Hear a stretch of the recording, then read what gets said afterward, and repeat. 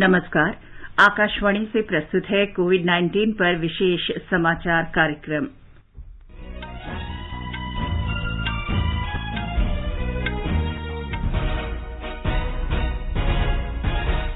प्रधानमंत्री नरेंद्र मोदी ने वित्तीय क्षेत्र की स्थिति की समीक्षा की, आर्थिक वृद्धि को गति देने के लिए ढांचागत और कल्याणकारी उपायों पर विचार विमर्श किया।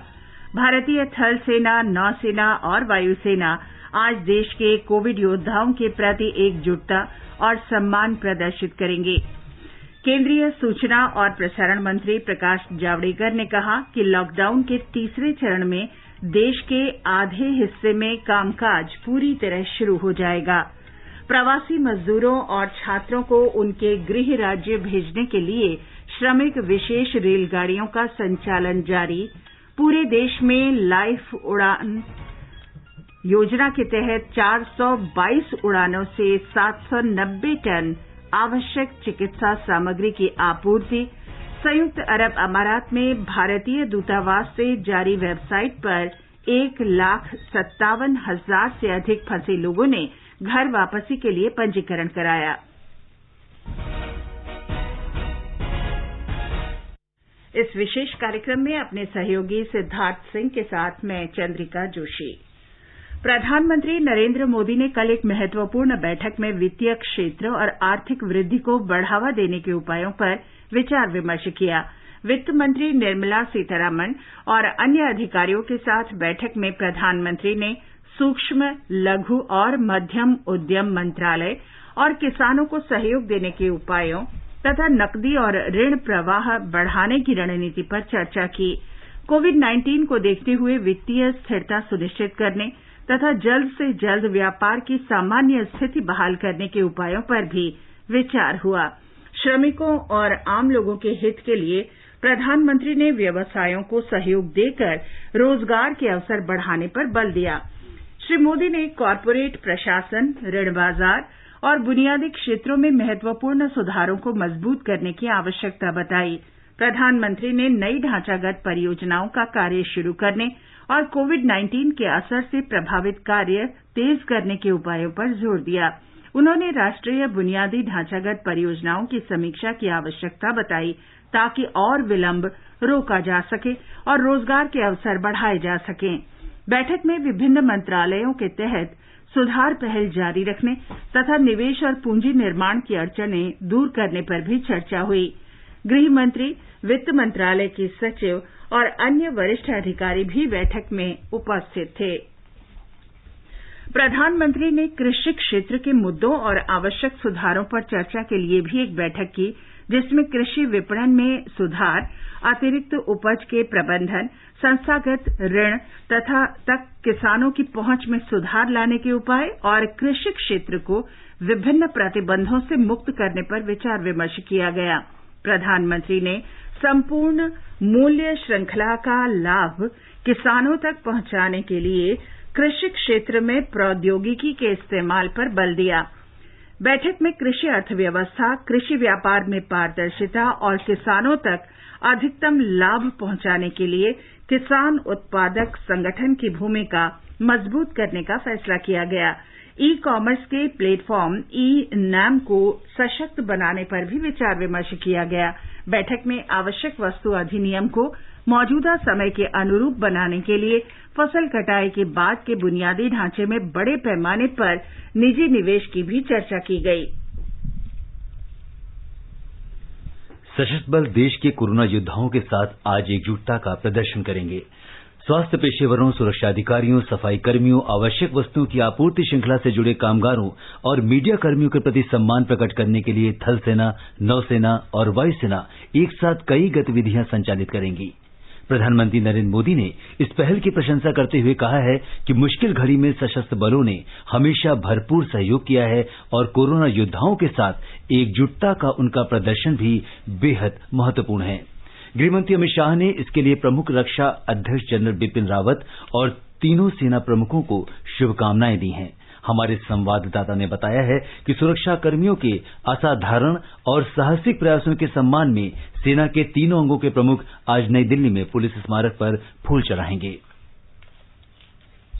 भारतीय वायुसेना का मालवाहक विमान C-130 कम ऊंचाई पर उड़ान भरते हुए कश्मीर से कन्याकुमारी तक की दूरी तय करेगा और इस दौरान वह श्रीनगर के डल झील, दिल्ली में राजपथ, भोपाल में बड़ा तालाब, मुंबई में मरीन ड्राइव, बेंगलुरु के विधानसभा और कन्याकुमारी के विवेकानंद रॉक सहित अन्य महत्वपूर्ण स्थानों से गुजरेगा। वहीं सुबह 9 बजे वायुसेना के हेलीकॉप्टर द्वारा दिल्ली स्थित पुलिस स्मारक पर पुष्प की वर्षा की जाएगी और 10:30 बजे ये हेलीकॉप्टर एम्स अस्पताल, आरएमएल, LNJP और GTB अस्पताल सहित अन्य अस्पतालों पर फूलों की वर्षा करेंगे। कोविड योद्धाओं को सलामी देने के लिए लड़ाकू विमान सुखोई 30, MiG-29 और जगुआर 10:15 बजे दिल्ली में उड़ान भरेंगे। वहीं सेना के बैंड कोरोना के मरीजों का इलाज कर रहे अस्पतालों का दौरा करेंगे और कोरोना योद्धाओं के सम्मान में धुन बजाएंगे। दिल्ली में ये बैंड सुबह 10 बजे कैंट बोर्ड अस्पताल और नरेला स्थित क्वारंटीन फैसिलिटी में पहुंचेंगे। आनंद कुमार, आकाशवाणी समाचार, दिल्ली।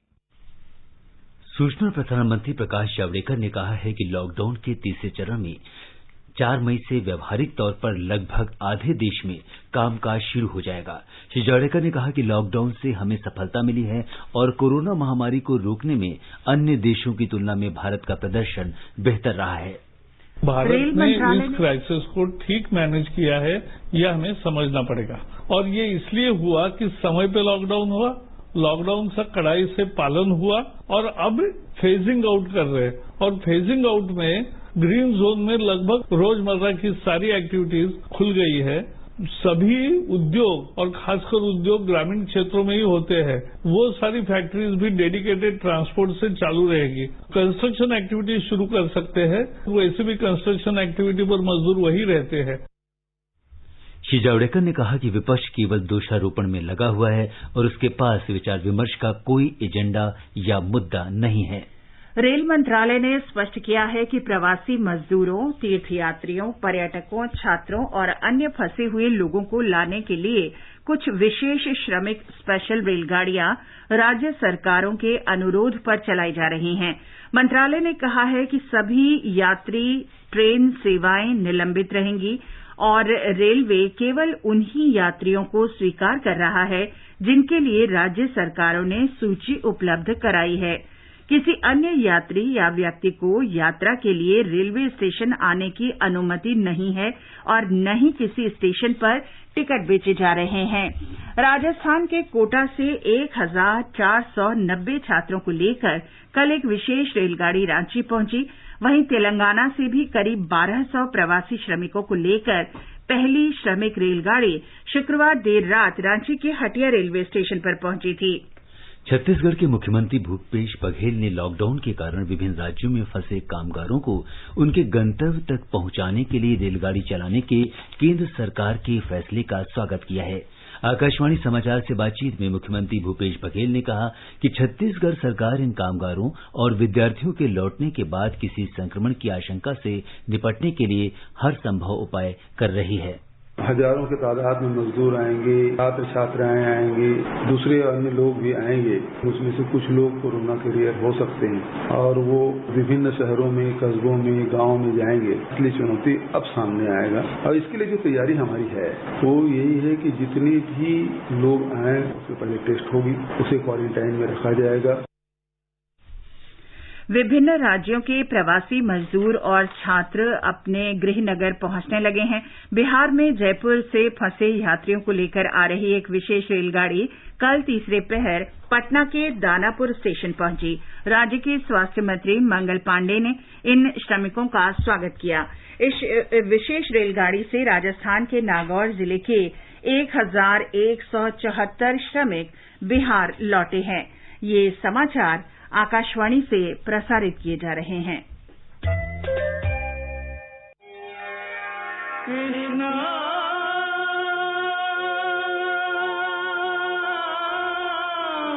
दर्शकों का पसंदीदा धारावाहिक श्री कृष्ण आ रहा है डीडी नेशनल, फ्री डिश और अन्य डीटीएच चैनल पर।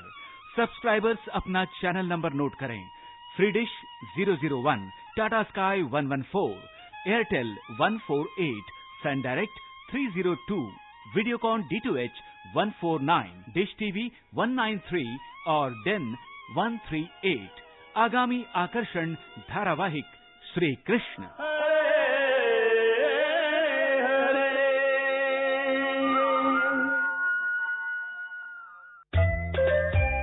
कोविड-19 पर विशेष समाचार कार्यक्रम में आपका फिर स्वागत है।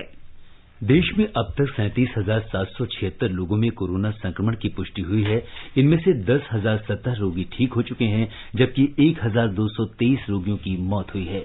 देश में कोविड-19 संक्रमण से उबरने की दर 26.65% है। स्वास्थ्य मंत्रालय ने कहा है कि केंद्र सरकार कोरोना संक्रमण के निवारण, नियंत्रण और प्रबंधन के लिए राज्यों के साथ मिलकर कई कदम उठा रही है।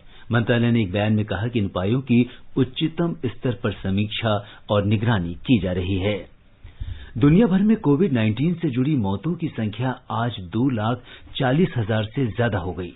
जॉन्स हॉपकिंस यूनिवर्सिटी के अनुसार कोरोना संक्रमण के कुल मामलों की संख्या 33,86,519 हो चुकी है, जिनमें से 2,40,654 मरीजों की मौत हो चुकी है और 10 लाख से ज्यादा ठीक हो चुके हैं। दिल्ली में पिछले 24 घंटे के दौरान 384 लोगों में कोरोना वायरस संक्रमण की पुष्टि हुई है। दिल्ली में कुल संक्रमित लोगों की संख्या 4,122 हो गई है। दिल्ली सरकार के अनुसार 1,256 लोग उपचार के बाद स्वस्थ हो चुके हैं, जबकि 64 लोगों की इस महामारी से मौत हुई है। गुजरात में कोविड-19 से संक्रमित लोगों की संख्या 5,054 हो गई है। कल 24 घंटे के दौरान 333 लोगों में कोरोना संक्रमण की पुष्टि हुई। स्वास्थ्य अधिकारियों के अनुसार 3,860 मरीजों की हालत स्थिर है, जबकि 36 रोगी वेंटिलेटर पर हैं। इस बीच हमारे संवाददाता ने बताया है कि प्रवासी श्रमिकों को उनके गृह राज्य में पहुंचाने के लिए राज्य सरकार ने विशेष प्रबंध किए हैं। गुजरात में फंसे हुए मजदूरों को उनके गृह राज्य में ले जाने के लिए गुजरात से कल 3 विशेष ट्रेनों का परिचालन किया गया। इन 3 श्रमिक स्पेशल ट्रेनों में से 2 ट्रेन अहमदाबाद से उत्तर प्रदेश के लिए, जबकि 1 ट्रेन सूरत से ओडिशा के लिए रवाना हुई। प्रत्येक ट्रेन में लगभग 1200 प्रवासी श्रमिकों को पंजीकरण और मेडिकल चेकअप किया गया। राज्य सरकार ने गुजरात में फंसे हुए श्रमिकों को जिला नियंत्रण कक्ष 1077 पर पंजीकृत कराने की अपील की है। वरिष्ठ आईएएस अधिकारी विपुल मित्रा को फंसे हुए श्रमिकों, पर्यटकों, छात्रों के विशेष ट्रेनों के माध्यम से सुचारू आवागमन के लिए नोडल अधिकारी नियुक्त किया गया है। योगेश पंड्या, आकाशवाणी समाचार, अहमदाबाद। मध्य प्रदेश में जहां पुलिस लॉकडाउन कड़ाई से लागू कर रही है, वहीं लोग पुलिस के मानवीय प्रयासों की भी सराहना कर रहे हैं। उमरिया जिले में पुलिस ने बुजुर्गों को सहायता प्रदान करने के लिए संकल्प योजना शुरू की है। इस योजना के तहत पुलिस अधीक्षक ने सभी पुलिस अधिकारियों को निर्देश दिया है कि वे ऐसे बुजुर्गों का पता लगाएं और उनकी मदद करें जो अकेले रह रहे हैं। पुलिस अधीक्षक सचिन शर्मा ने आकाशवाणी को बताया कि संकल्प योजना के तहत हम हर बुजुर्ग परिवार के साथ कम से कम एक पुलिसकर्मी को जोड़ने की कोशिश कर रहे हैं। जितने भी 60 वर्ष से ऊपर के हमारे सम्मानित वृद्धजन हैं या दंपति हैं जो अकेले रहते हैं, पुलिस उनकी दहलीज पर आवश्यक सुविधाएं पहुंचाएगी, जैसे कि टेलीफोन, मोबाइल रिचार्ज है, राशन है, सब्जी है, दूध है, इस प्रकार का वितरण होगा। पुलिस को संकल्प योजना की प्रेरणा भी एक बुजुर्ग महिला से ही मिली जो अपनी दवाओं के लिए चिंतित थी। हमारे घर आए एसपी साहब, उन्होंने बताया कि आपको सब सामान सब आपके पास आ जाएगा। संकल्प योजना वास्तव में एक सराहनीय प्रयास है और कई जिलों के लिए अनुकरणीय बन सकती है। उमरिया से संतोष गुप्ता के साथ संजीव शर्मा, आकाशवाणी समाचार, भोपाल। बिहार में उपचार के बाद कोविड-19 से स्वस्थ हुए लोगों की संख्या 107 हो गई है।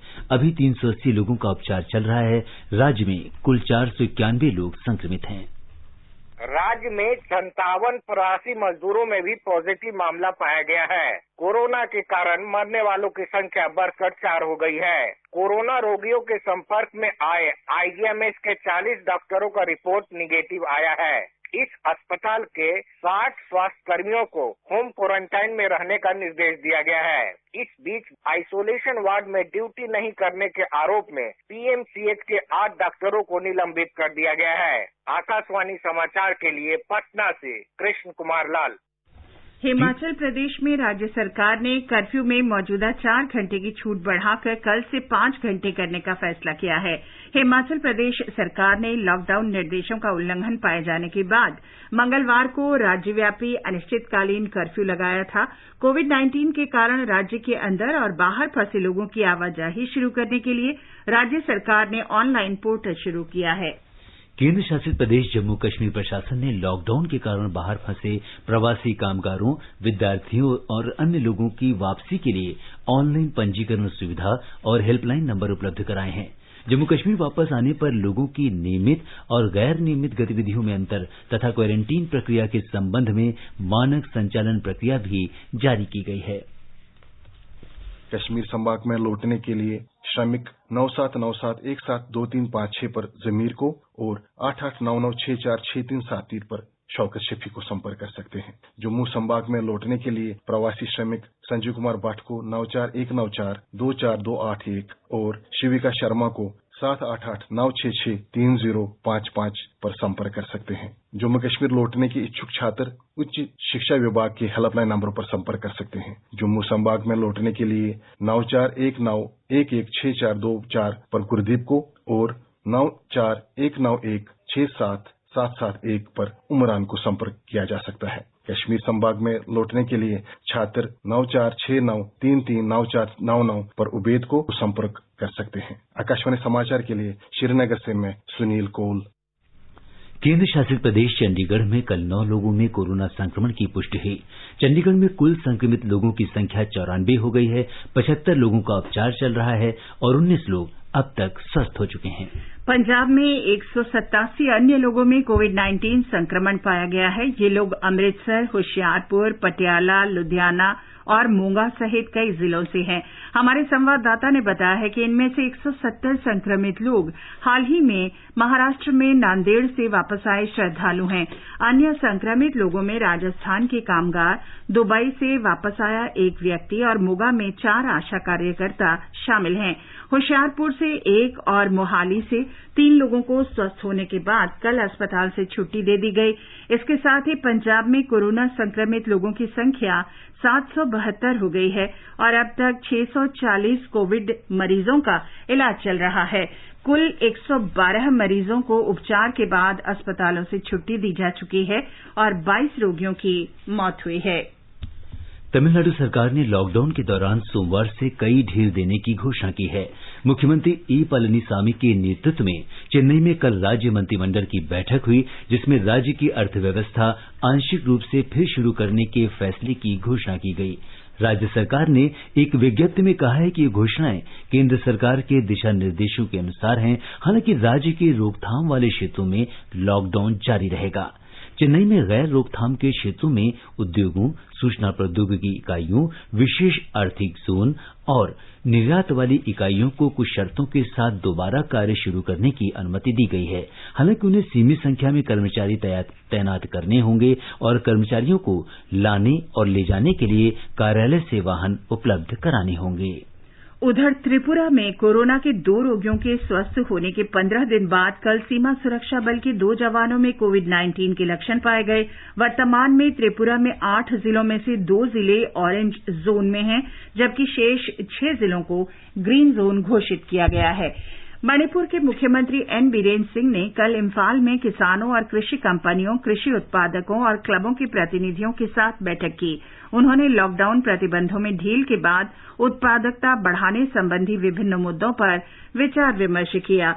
मुख्यमंत्री बागवानी और कृषि क्षेत्र के विभिन्न पक्षकारों के साथ कई बैठकें कर रहे हैं। उन्होंने अधिकारियों को इन 2 क्षेत्रों में उत्पादकता बढ़ाने के विभिन्न उपाय करने के निर्देश दिए। और आगे बढ़ने से पहले एक नजर मुख्य समाचारों पर। प्रधानमंत्री नरेंद्र मोदी ने वित्तीय क्षेत्र की स्थिति की समीक्षा की। आर्थिक वृद्धि को गति देने के लिए ढांचागत और कल्याणकारी उपायों पर विचार विमर्श किया। भारतीय थल सेना, नौसेना और वायुसेना आज देश के कोविड योद्धाओं के प्रति एकजुटता और सम्मान प्रदर्शित करेगी। केंद्रीय सूचना और प्रसारण मंत्री प्रकाश जावड़ेकर ने कहा कि लॉकडाउन के तीसरे चरण में देश के आधे हिस्से में कामकाज पूरी तरह शुरू हो जाएगा। प्रवासी मजदूरों और छात्रों को उनके गृह राज्य भेजने के लिए श्रमिक विशेष रेलगाड़ियां का संचालन जारी। पूरे देश में लाइफलाइन उड़ान योजना के तहत 422 उड़ानों से 790 टन आवश्यक चिकित्सा सामग्री की आपूर्ति।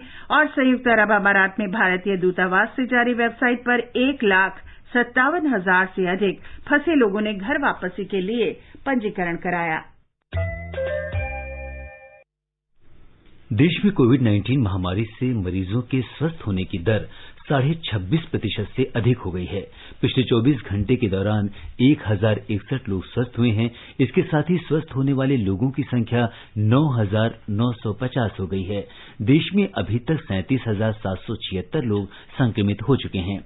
स्वास्थ्य मंत्रालय ने कहा है कि केंद्र सरकार कोविड-19 को रोकने के लिए राज्य सरकारों और केंद्र शासित प्रदेशों के साथ मिलकर कदम उठा रही है। इसके लिए नियमित रूप से समीक्षा और निगरानी की जाती है।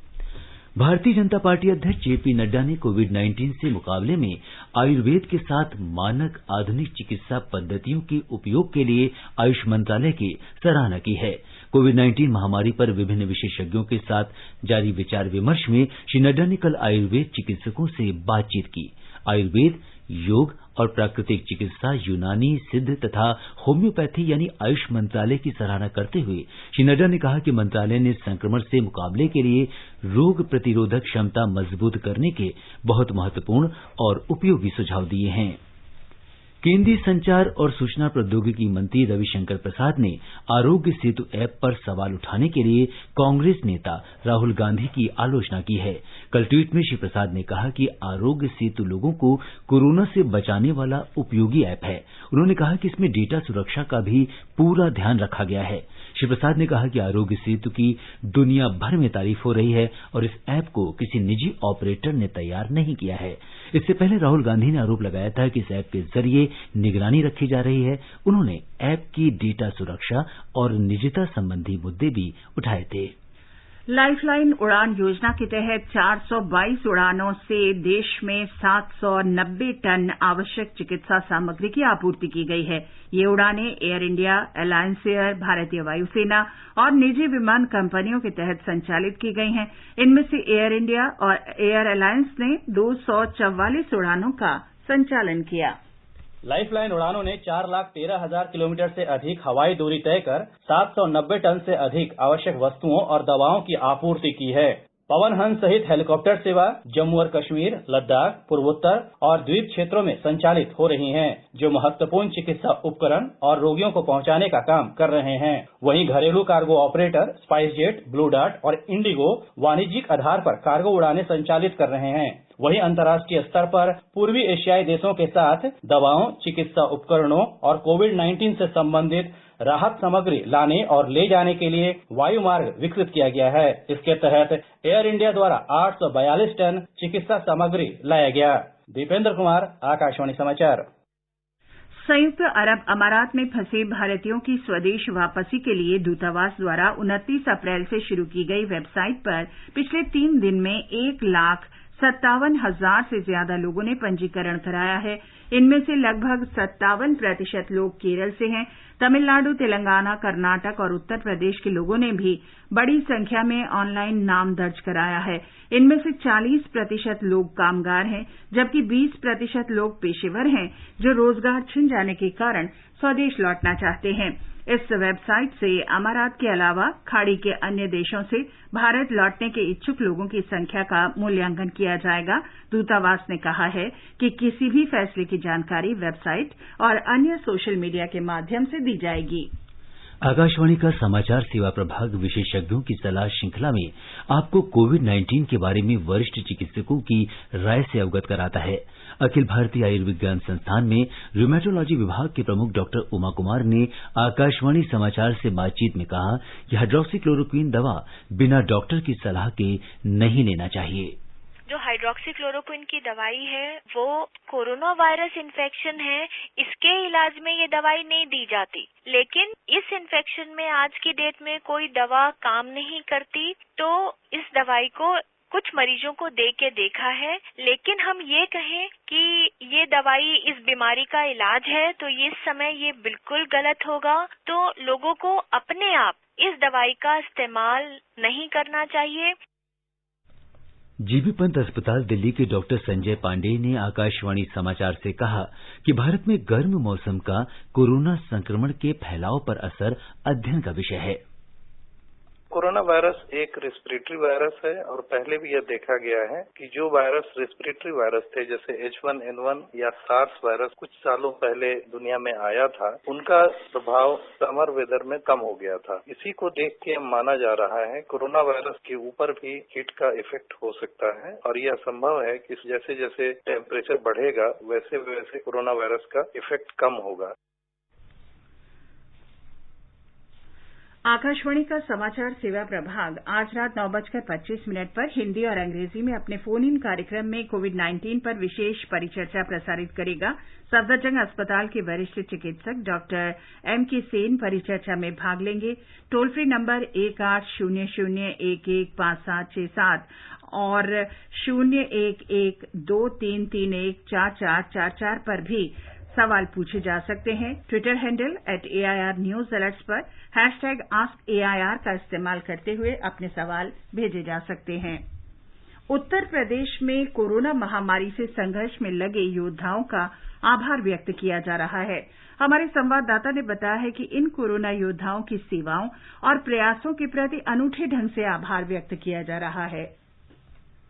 आज एयरफोर्स के हेलीकॉप्टर से डॉक्टर, नर्स, सफाई कर्मियों तथा अन्य लोगों के ऊपर राजधानी लखनऊ में फूलों की वर्षा की जाएगी। अपर प्रमुख सचिव गृह अवनीश अवस्थी ने बताया कि सुबह 10:15 से 10:30 बजे के बीच किंग जॉर्ज मेडिकल यूनिवर्सिटी और Sanjay Gandhi post graduate institute of medical science PGI के ट्रामा सेंटर पर आसमान से फूलों की पंखुड़ियां बरसाई जाएंगी। इसके बाद इन योद्धाओं का मनोबल बढ़ाने के लिए विमानों द्वारा फ्लाई पास्ट का प्रदर्शन होगा। उधर इन योद्धाओं के अथक प्रयास से राज्य में 698 कोरोना संक्रमित रोगी ठीक होकर अपने घर जा चुके हैं। MS यादव, आकाशवाणी समाचार, लखनऊ।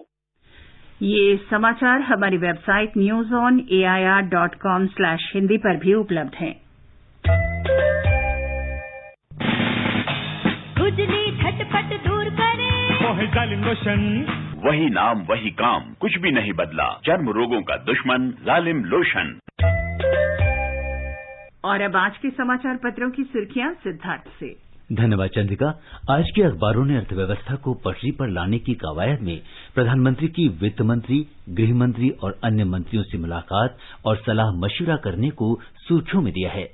अपने अनुमान के साथ जनसत्ता ने लिखा है, पूर्णबंदी के दूसरे राहत पैकेज की तैयारी, MSME को 100% तक बिना गारंटी कर्ज संभव। हिन्दुस्तान ने लिखा है, जनधन खातों में सरकारी सहायता की दूसरी किस्त कल पहुंचेगी। राष्ट्रीय सहारा ने कृषि क्षेत्र के लिए सुधारों पर की गई प्रधानमंत्री की चर्चा को अहमियत दी है। अखबार ने केंद्रीय मंत्री प्रकाश जावड़ेकर के हवाले से लिखा है कि सबसे बुरा दौर गुजर गया, लेकिन वैक्सीन आने तक सामाजिक दूरी बनाए रखने और अन्य एहतियात अब भी बहुत जरूरी। पत्र ने अपने विश्लेषण में लिखा है, इधर टेस्ट बढ़ रहे हैं, उधर केस। हिन्दुस्तान ने लिखा है, गुच्छों में मिले संक्रमण ने राजधानी की चिंता बढ़ाई। देश में बीते 24 घंटों में रिकॉर्ड 2411 नए कोरोना संक्रमित मरीज मिले। जनसत्ता ने इस खबर को बड़े अक्षरों में लिया है। अखबारों ने दिल्ली में 40 दिन के बाद सशर्त सरकारी कार्यालय कल से खुलने की खबर के साथ लिखा है, दिल्ली के सभी कार्यालयों में एक समय में 33% स्टाफ, सोशल डिस्टेंसिंग और मास्क लगाने का ध्यान रखना होगा। सरकारी कार्यालयों में पब्लिक डीलिंग का काम कल से शुरू होगा। श्रमिकों की घर वापसी के लिए सरकार के व्यापक प्रबंधन पर भी अखबारों की नजर है। बिहार, उत्तर प्रदेश, पंजाब, मध्य प्रदेश और पश्चिम बंगाल के लिए विभिन्न राज्यों से घर वापसी के लिए लगातार प्रयासों की भी खबर है। नवभारत टाइम्स लिखता है, फंस गए हैं दिल्ली में तो घर वापसी के लिए राज्यों की हेल्पलाइन नंबरों पर जानकारी दें। दैनिक जागरण ने लिखा है कि हरियाणा, कर्नाटक और तेलंगाना ने श्रमिकों से घर नहीं आने की अपील की। पूर्व न्यायाधीश और लोकपाल के सदस्य जस्टिस अजय कुमार त्रिपाठी के कोरोना संक्रमण से मौत होने की खबर कुछ अखबारों ने दी है। राजस्थान पत्रिका ने लिखा है, केंद्रीय कर्मचारियों के लिए आरोग्य सेतु ऐप अनिवार्य होने के बाद अब निजी कर्मचारियों को भी इसका इस्तेमाल अनिवार्य किया गया। ग्रीन जोन में कल से खुलेंगी कैट की अदालतें, केंद्र सरकार ने किया निर्देश जारी। और अंत में मुख्य समाचार एक बार फिर। प्रधानमंत्री नरेंद्र मोदी ने वित्तीय क्षेत्र की स्थिति की समीक्षा की, आर्थिक वृद्धि को गति देने के लिए ढांचागत और कल्याणकारी उपायों पर विचार विमर्श किया। भारतीय थल सेना, नौसेना और वायुसेना आज देश के कोविड योद्धाओं के प्रति एकजुटता और सम्मान प्रदर्शित करेगी। केंद्रीय सूचना और प्रसारण मंत्री प्रकाश जावड़ेकर ने कहा कि लॉकडाउन के तीसरे चरण में देश के आधे हिस्से में कामकाज पूरी तरह शुरू हो जाएगा। प्रवासी मजदूरों और छात्रों को उनके गृह राज्य भेजने के लिए श्रमिक विशेष रेलगाड़ियों का संचालन जारी। पूरे देश में लाइफलाइन उड़ान योजना के तहत 422 उड़ानों से 790 टन आवश्यक चिकित्सा सामग्री की आपूर्ति। इसके साथ ही कोविड-19 पर विशेष समाचार कार्यक्रम का ये अंक समाप्त हुआ। नमस्कार।